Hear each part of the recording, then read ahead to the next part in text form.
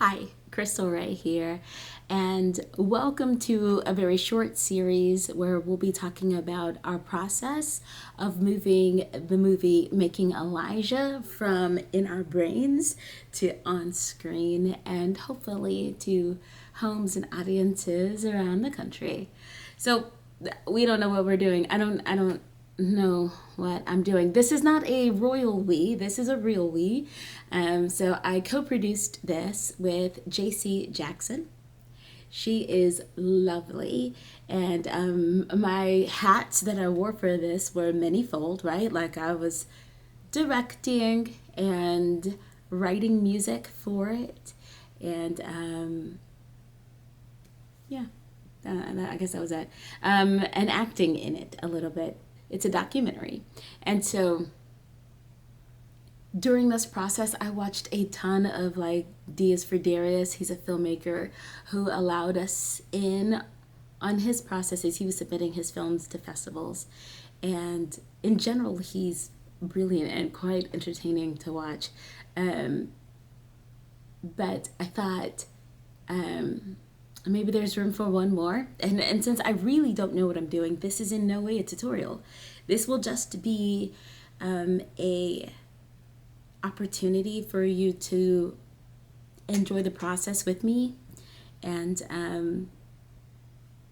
hopefully we survive it. So let's talk a little bit about distribution and what we've decided to do now that the film is finally in the can and we're done. It's like cut and edited and all the things. This film has been years in process. Years. And so to finally like literally go, we're finished, is exciting. Now, that aside, how are we going to get folks to see it? And so this is what we've just, well, let me start with some of the options. I'm glancing at my little screen. Most filmmakers want to sell their project, right? Like they just want to get it in the hands of somebody who's brilliant and maybe get a minimum guarantee, get some cash in their hands, and then that distributor takes it to all the platforms and around the world depending on what rights you sold them. And you sit back and you wait for a check. Now, this is the dream for some. Other options would be like, oh, I'm going to upload it to a film market, i.e. Film Hub, and the upload is free, which is great. But they take a percentage on the back end. So once it gets sold a few places, then they'll take their percentage for having hosted your piece in the first place. And this is really lovely. This is when people who are shopping for good films are like going down the grocery aisle and they're pinching the cantaloupe and they're pinching the nectarines to see if they're ripe, and they're smelling all the fruit, trying to figure out the right one for their project. And they see your artwork and they read your summaries and they're like, oh, this one looks good. So that's what Film Hub is. It's like a giant HEB. It's a grocery store. And people walk around and shop in there because they know the HEB has the best prices. What is this? I wish I was sponsored, but I'm not. My point is that Film Hub itself doesn't sell your film. It's a place where people who are looking to buy the films, companies, not necessarily consumers, but platforms who are looking to buy films will go shop there. And this works because you're not out of money at the forefront like you might be with an aggregator. You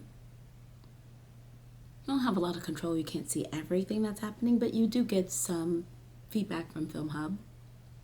So it's a decent option for indies, yes. And then the option that JC and I have decided on, no need for a drum roll. We're going to do the festival route, which is not unusual. This is usually what filmmakers do. They're like, first, I'll do the festivals, and then I'll do, whatever comes after the festivals for them. We're going to do that. We've got a handful of crafted and picked festivals, though. So we're not just, like just throwing whatever against the wall and seeing if it sticks. Like, we're picking our festivals on purpose. One, because after a number of festival entries, it does start to get a tiny bit expensive. Two, We want to be in rooms where we would be welcomed and people would be excited to have us. And then 3, we got to be able to get there. Like, we would like to be in the space. And so that just rolls out a lot of places and opportunities, but it also helps us be like laser point focused doing the festivals. And then after we've done a handful of festivals, and literally I mean a handful, like maybe 5, I was going to say 6, 7, only because I teach middle schoolers and it is not exactly out of the entire zeitgeist yet, but it's on its way out. Praise the Lord. Maybe 5 festivals, after which we're going to take the film from home to home and nonprofit to nonprofit. I know what I'm saying sounds maybe a little bit crazy, but our film is about miscarriage and the hope that's on the other side of such a tragic event. That feels like something you do in a small group with maybe 3 or 4 couples, a group of women, a box of Kleenex, some ice cream, some jazz playing in the background, a charcuterie board, and then some real talk that happens after. And I think what we're saying is that it's small, but it's intimate and it's potent. And that's how we're going to start the process. I have no idea if this is going to work, but the format seems right. There's a handful of grief centers here in Houston that deal directly with miscarriage as their like first point of interest. And so we hope to partner with them. And since they already have a world of people they serve, maybe we put the film up in their offices or venues or whatever they have. And then we just ask women and say, hey, would you be open to us hosting this film at your home? And so between the homes and the nonprofits, we hope to really slowly kind of gather a community of people around the film who are walking through it, have walked through it, or are supporting those who are walking through it, to give the hugs that are needed and the love. And yeah, I think that was the end of the sentence. How is it going to make money? Because that's a real question. We put real dollars behind this. We did not pay people with hugs. That's weird. So how we'll figure out the dollars for it, there's a couple of things we have in mind. Like JC Jackson has some spin-off products that she might set up a table for. We might just plain old sell tickets like with Eventbrite to the screening. I'll let you know what we decide and what really seems to work, because we're kind of making this up.